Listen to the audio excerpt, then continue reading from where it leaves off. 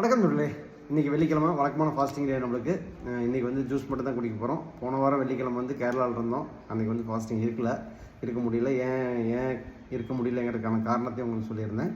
So இன்றைக்கி வந்து பார்த்திங்க அப்படின்னா என்ன ஜூஸ் குடிக்க போகிறோம்னா தர்பூசணி ஜூஸ் மட்டும் தான் குடிக்க போகிறோம். ஏன் அப்படின்னு தர்பூசணி பெரிய பழம் இருந்தது, நான் மட்டும் தான் வீட்டில் இருக்கேங்கிறனால அதுவே வந்து ஜூஸ் நிறைய போட்டாச்சு. ஸோ அதுதான் இன்றைக்கி வந்து குடிக்க போகிறோம்.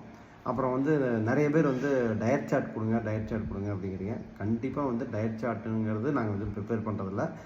இன்னைக்கு என்னென்ன பிளான் பண்ணுறோமோ அந்தந்த உணவு தான் எடுத்துக்கிறோம். சார்ட் வச்சு ஃபிக்ஸ் பண்ணி இன்றைக்கி திங்கக்கிழமை இது, செவ்வாய்க்கிழமை இது, புதன்கிழமை இது அப்படிங்கிற உணவு முறைக்கு நாங்கள் கண்டிப்பாக போகிறதே இல்லை. ஆனால் முக்கியமான விஷயம் என்னென்னு பார்த்திங்கன்னா, எல்லா சத்துக்களும் இருக்கிற மாதிரியான உணவு தான் நம்ம வந்து பிளான் பண்ணிகிட்ருக்கோம். அந்த மாதிரி தான் நம்ம வந்து உணவு முறையை வந்து அமைச்சிட்ருக்குறோம். நீங்கள் நம்மளுடைய தட்டை பார்த்தீங்கன்னாவே தெரியும், உணவு தட்டை பார்த்தீங்கன்னாவே தெரியும்.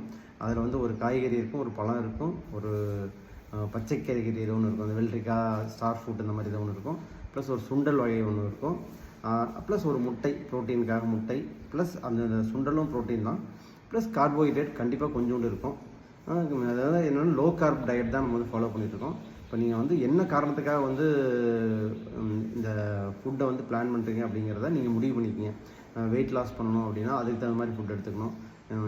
எது எப்படி எடுத்தாலும் உங்களுடைய மருத்துவரை கலந்து ஆலோசனை பண்ணிங்க. ஏன்னா உங்களுக்கு வந்து என்ன வியாதிகள் இருக்குது அப்படிங்கிறது எனக்கு தெரியாது. அதனால் அதுக்கு தகுந்த மாதிரி நீங்கள் உணவு எடுத்துக்காது. ஒருவேளை நீங்கள் டயபெட்டிக்காக இருந்தீங்க அப்படின்னா நிறைய கார்போஹைட்ரேட் எடுக்காமல் இருக்கிறது நல்லது. அதே மாதிரி பழங்கள் நிறையா சாப்பிடாமல் இருக்கிறது நல்லது. ஆனால் கண்டிப்பாக பழங்கள் எடுத்துக்கலாம், கொஞ்சமாக எடுத்துக்கலாம். அந்த மாதிரி நீங்கள் உங்கள் மருத்துவரை கலந்து ஆலோசனை பண்ணிவிட்டு நீங்கள் அதை எடுத்துக்கங்க. டயட் சார்ட்டுங்கிறது நாங்கள் ஃபிக்ஸ்டாக எதுவும் பண்ணுறதில்ல, திருப்பி அதே தான் சொல்கிறேன். ஓகே.